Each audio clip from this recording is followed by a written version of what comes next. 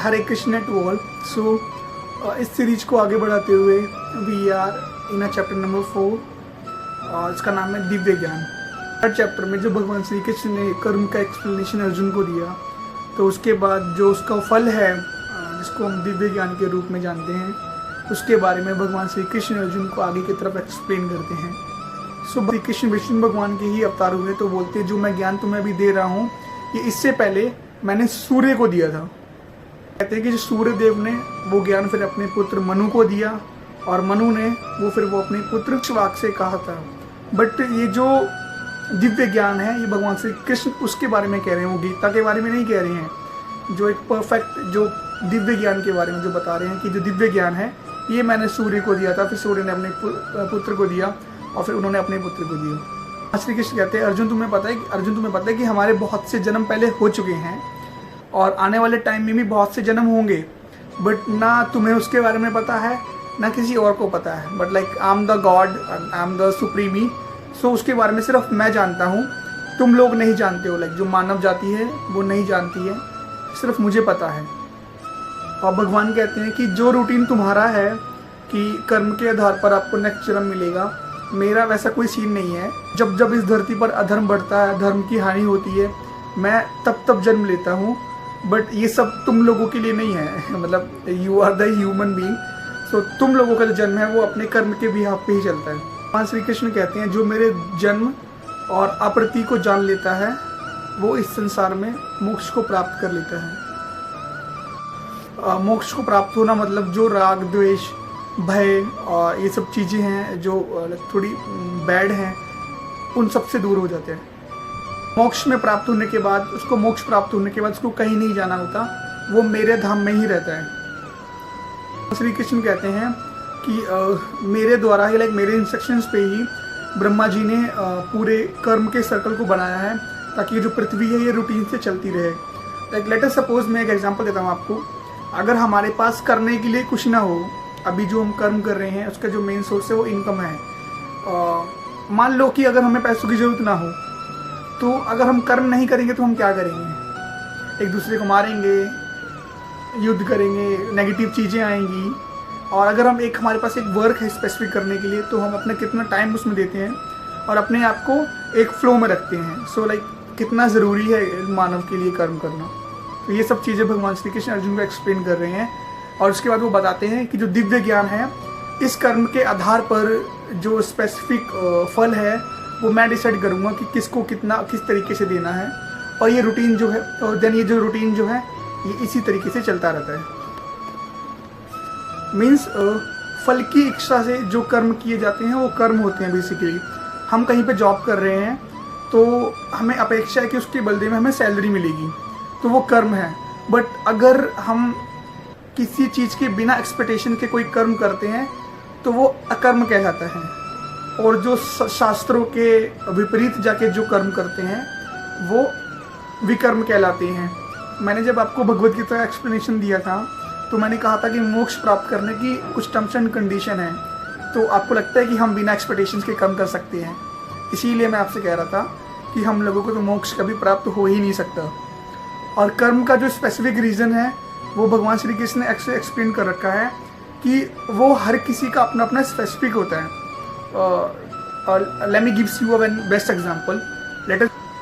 जैसे कि आप पार्क में किसी लेडीज़ के साथ खड़े हैं, अपनी गर्लफ्रेंड के साथ खड़े हुए हैं, एक बंदा आके आपको मार के भगा देता है और वो उस लड़की को छेड़ने लगता है। लाइक वो आपकी गर्लफ्रेंड है, उसको छेड़ने लगता है।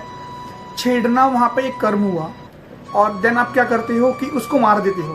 लाइक मारने मतलब एक जान से मार दिया। लेट अस सपोज उसको डिफेंड करने के लिए आपने उसको जान से मार दिया। एक कर्म वहाँ पे क्या हुआ? मारना हुआ। तो जो मेन टॉपिक था वहाँ पे आपने उसको मार दिया। बट मान लो उस लड़की को बचाने के लिए कि वो उसको ज़्यादा लॉस ना करे, आपने उसको मारा, आपने उसको हिट किया या आप उसके अगेंस्ट गए, जो भी करा आपने, वो गलत नहीं है, वो ठीक है, क्योंकि आपका जो इंटेंशन है ना वो प्योर है।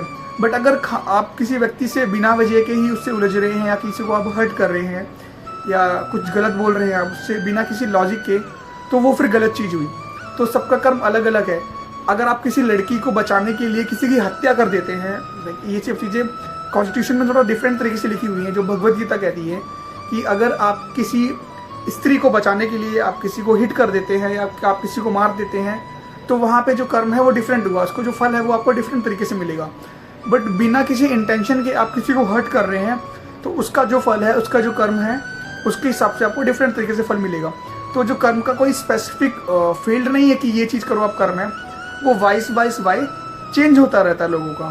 सो बेसिकली हमें करना क्या होता है, आपकी ना, मैं एक बार ना हमेशा कहता हूँ, अगर आपकी इंटेंशंस प्योर है ना, तो अगर आपने कुछ गलत भी किया है तो वो भी किसी लिमिट हद तक ज़्यादा गलत नहीं होता। इसीलिए बोलते हैं कि आपकी इंटेंशंस बहुत प्योर होनी चाहिए। मैं पर्सनली बताऊँ आपको, मैं अपना पर्सनल एग्जांपल देता हूँ कि बहुत सारे लोग मेरी लाइफ में ऐसे थे और अभी भी हैं जिनको मैं जानता हूँ कि जिनको लेके ना इंटेंशंस मेरे लिए बहुत गलत है, लिटरली मुझे पता है कि, बट उनके पास कोई स्पेसिफिक रीजंस भी नहीं है। आपको क्या करना है, अगर वो आपको सामने आके चाहते हैं कि आप उनको एक्सप्लेन करो, तो then you will explain. Otherwise आप अपने कर्म को अपने निष्काम भाव से करते रहो, आप अपने इंटेंशंस को अच्छा रखो। हो सकता है कि हम कुछ चीज़ें गलत करते होंगे जो हमारी नज़रों में गलत नहीं है, बट सामने वाले को लगती होगी।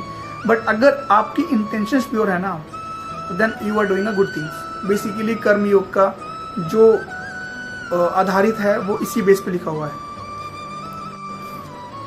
देन भगवान श्री कृष्ण कहते हैं कि आपको लोगों से ईर्ष्या बहुत कम रखनी होती है। जो दिव्य ज्ञान जिसको दिया जाता है, जिसके पास दिव्य ज्ञान होता है, लाइक जो ब्राह्मण टाइप हुआ करते थे उस टाइम पे, कि वो किसी से ना जेलसी वगैरह नहीं रखा करते थे। अगर सामने वाले व्यक्ति ने आपको हर्ट किया है ना, कुछ करा है, तो then you have to forget him और हिज, जो भी है आपको उसको माफ़ कर देना चाहिए। Hate is heavy, let it गो।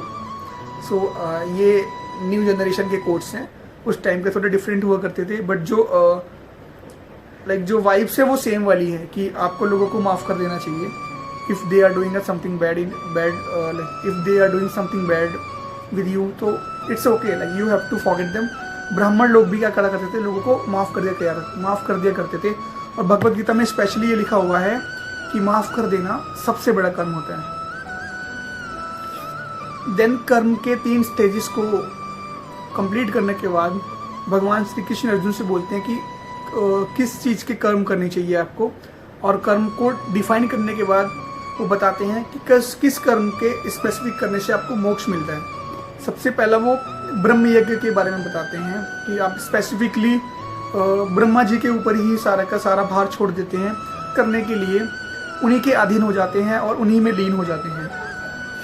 और उसके बाद देन वो देव यज्ञ के बारे में बताते हैं कि देवताओं को प्रसन्न करने के लिए उनके लिए भी आहुति देना। ये बेसिकली उस जमाने की बातें हैं, द्वापर और त्रेता युग के आसपास की, कि उस टाइम में लोग यही सब करा करते थे।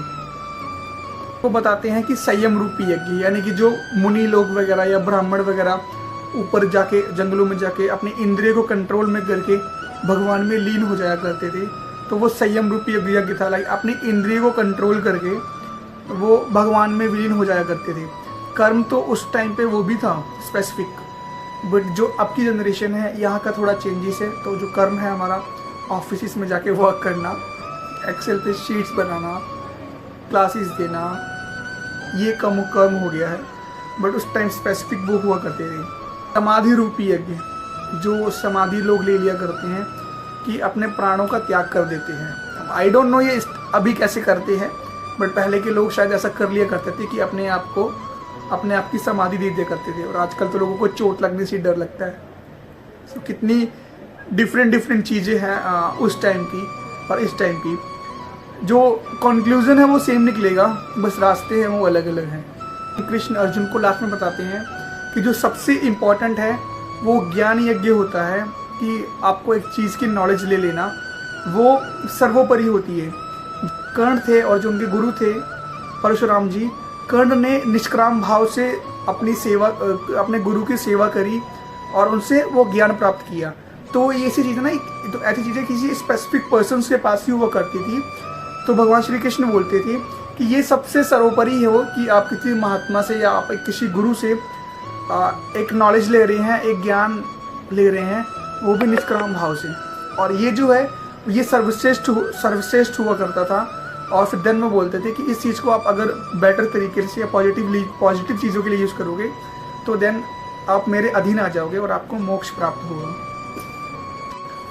और फिर वो कहती हैं कि ये जो ज्ञान है ये कोई भी ले सकता है, जिसने बहुत सारे पाप करे होंगे वो भी, बट उसकी टर्म्स एंड कंडीशन एक ही है कि उसकी जो इंटेंशंस हैं वो अब सही होनी चाहिए, कि जो आपने पास्ट में जो किया सो किया, बट अब जो है आपकी इंटेंशंस जो है वो बहुत सही होनी चाहिए, और अपने गुरु या जो भी आपके टीचर हैं उसके लिए, और जो भी आपको ज्ञान दे रहे हैं लाइक वो गुरु ही है, और परमात्मा के लिए उसकी जो इंटेंशंस है वो बहुत प्योर, बहुत सही होनी चाहिए। और इस प्रकार से जो चैप्टर 4 है इसकी समरी कंप्लीट होती है।